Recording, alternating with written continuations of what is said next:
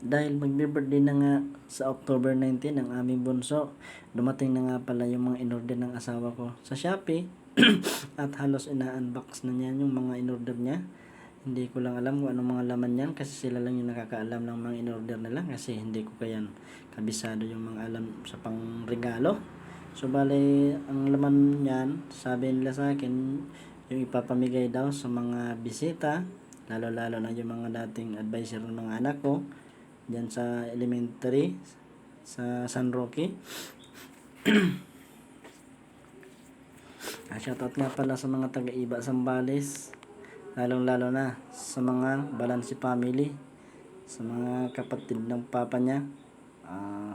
Sayang, napakalayo ng Iba Zambales, hindi man lang namin madalaw yung puntod ni papa niya. Shoutout nga pala sa mga kapatid ng binan ko nasa Amerika, sina Tita Z, Tita Zini, Auntie Yuli. Ingat kayo dyan palagi, sana ma-meet na namin kayo. Kayo na lang po hindi namin nami-meet, lalo yung mga pamangkin nyo dito, apo, yung nasa Bicol. Kami lang siguro ang napakalayong pamangkin nyo at apo. Maraming salamat nga pala pagtanggap nyo ulit sa amin, sa pamilya nyo, sa Iba Zambales. Maraming salamat at sa napakainit na pagtanggap nyo kahit di nga kami pumunta sa iba para magsaya, kundi para magluksa dahil sa pagkawala ng kanyang ama. Masaya pa rin po ako kasi kahit ganun nakasama ko siya, kahit 3 oras ko lang siya nakisama dito sa bahay ko, at least hindi siya nawala hindi siya nawala ng hindi ko siya nakikilala.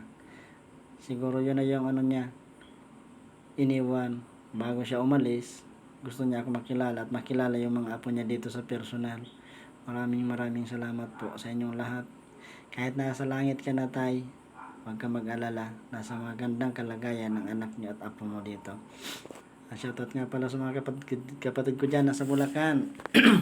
Kinakuyari ko Ate Francia, Ate Madeline, Kuya Agoy, shoutout. Yan na nga pala yung yung mugs. May siya, may picture siya ni Bibi. Pagkatapos nga pala ng pag-unboxing, naisipan namin na mamalingki na kasi halos ubos-ubos na yung mga paninda namin. Kasi namamalingki kami dito halos linggo-linggo. At kasama ko lahat sila. Yan, sina Bibi, si Bunso, si Ate. At suot nga pala yung yung damit ni Uncle Sammy. Shoutout sa iyo, Uncle Sammy. Sana gumaling na si tita. Sana gumaling na siya sa karamdaman niya. Sana pagbalik namin dyan, malakas na siya. Yan na si Bibi, oh.